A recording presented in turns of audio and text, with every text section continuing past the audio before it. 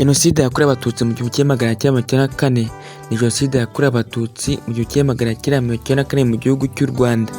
Yatangiye byeruye kuwa 7 Mata mu 1994 ariko bagushyira mu bikorwa ibyari bimaze imyaka byarateguwe. Iteguwe igihe kinini ikorerwa n'igerageza mu bice bitandukanye by'u Rwanda aho Abatutsi batwikirwaga.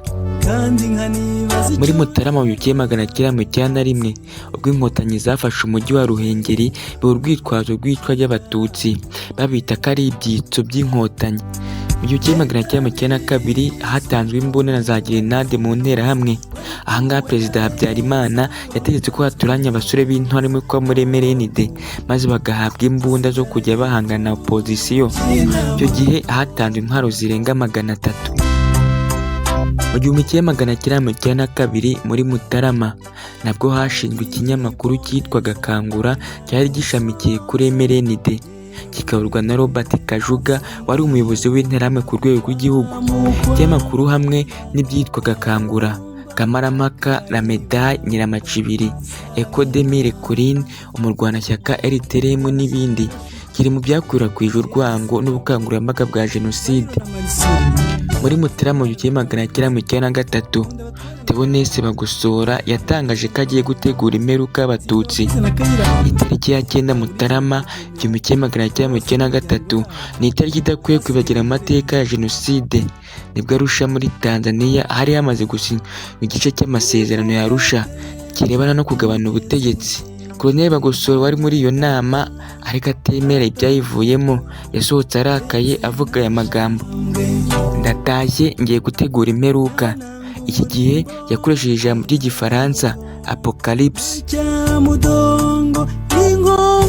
Ku itariki ya 11 Mutarama mu 1994 umwe mu bayobozi bakomeye b'interahamwe mu mujyi wa Kigali witwaga Turatsinze Abubakar Elias Jean Pierre yabwiye mu ibanga rikomeye General Romeo Dallaire wayoboraga ingabo za Loni mu Rwanda ko interahamwe zamaze kwitegura kwica Abatutsi bagera ku 20, ko kandi intwaro zirunze igikono kwa Kabuga, ko na liste z'Abatutsi bamaze kuzikora, ko kandi kuva intwari yagira mu Rwanda interahamwe zatowe ku 1700. Abo baza biyongera ku zindi nyinshi zari zarahawe imyitozo. Iyi Jenoside yateguye hagamijwe gutsemba ubwoko bw'Abatutsi. Ubu ni ubwoko bwashyizwe mu ndangamuntu n'abakoloni, gusa n'Abahutu batari bashyigikiye umugambi wo gukora Jenoside barishwe. Aha twavuga nka Gato Uwiringiyimana wari minisitiri w'intebe muri icyo gihe. Abandi Batutsi benshi batangiye guhungira mu bice bari bazi ko baboneramo ubwisho ko mu nsengero, mu mashuri n'amavuriro, ariko bibyusa kuko interahamwe zatangiye kubicira aho hantu. Abatutsi bari baramaze kubabatiza amazina bapfobya agaciro ndetse bambura ubumuntu, ariyo inyenzi, inzoka ndetse n'andi. Mu minsi 100 gusa Abatutsi miliyoni irenga barishwe kugeza aho RPF inkotanyi ifashe igihugu cyose.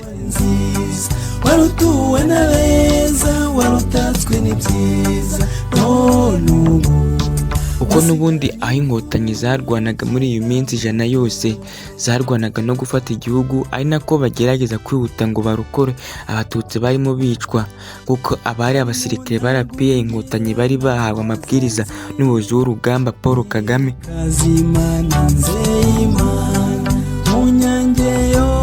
Ijambo Jenoside ryahembwe na Raphael Lemkin, umuyahudi w'umunyapolonye w'inzobere mu by'amategeko wari wimukiye muri Amerika.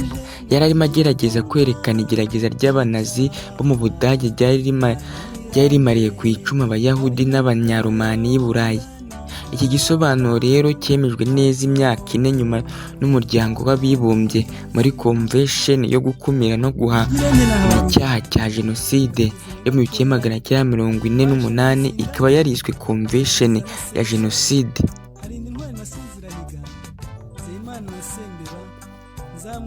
Mu gihe cya Jenoside kandi mu Rwanda, mu murenge wa Nyamirambo mu kigo cy'ishuri cya Setandere no muri Kiliziya yitiriwe Mutagatifu Karoli Rwanda hicaye Abatutsi benshi bari hahungiye baturuka mu Butamwa, Nyamirambo, Kivugiza, Mumena, Nyakabanda, Rwezamenyo, Kabusunzu, Nyarugenge, Biryogo. bamwe muri abo bagiye mu kiliziya, abandi bajya muri Saint-Andre, abandi bajya mu kigo cy'abafurere cya Saint Joseph kiri i Nyamirambo. Icyo gihe muri kiliziya Yakorewe Rwanga hicaye abatutsi bake ugereranyije n'abiciye muri Saint-Andre, nubwo nabo bari bake ugereranyije n'abiciye mu kigo cya Saint Joseph, kuko abari aho hose bumvaga amakuru y'uko muri Saint Joseph ari benshi kandi abihaye Imana bafashe neza nta wabakoraho, bose bahita bagerageza kuba ariho bahungira. Nyuma yo kwica abari bahungiye muri Saint-Andre no muri Yakorewe Rwanga, bagiye kwica abari muri Saint Joseph kugeza naho bishemo bamwe mu bafurere bari banze ko abo batutsi bicwa. Abarokokeye bahamya ko abatutsi bahungiye barengaga 2,000 kuko na nyuma yo kubica imirambo yari myinshi cyane igerekeranye.